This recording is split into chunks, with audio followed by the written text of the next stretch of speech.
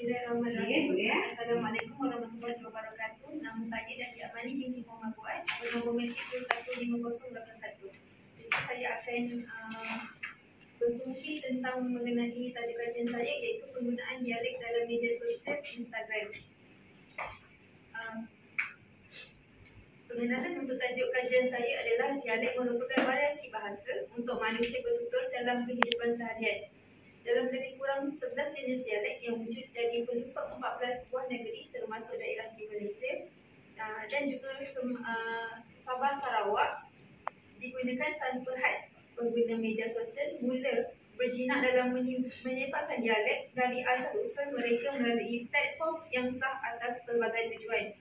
Ada fungsi dialek diaplikasikan pada ketika ini.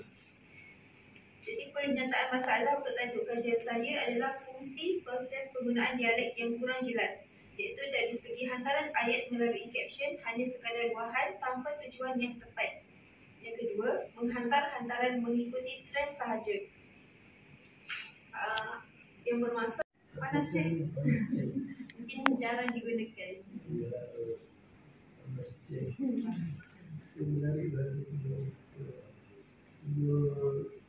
Mungkin yang pertama objektif pertama saya kata menapati bentuk dan jenis penggunaan dialek penyelidikan anda, tapi masih ada masa lagi untuk dibetulkan, untuk ditambah baik ya. Jadi yang penting kita mendapat maklum balas berkaitan kajian yang kita lakukan dan kita mahu satu kajian yang berkualiti ya. Okey. Jadi selepas ni kenal dengan orang ini bolehlah berjumpa dengan saya sementara masa masih ada untuk ya Faik ya.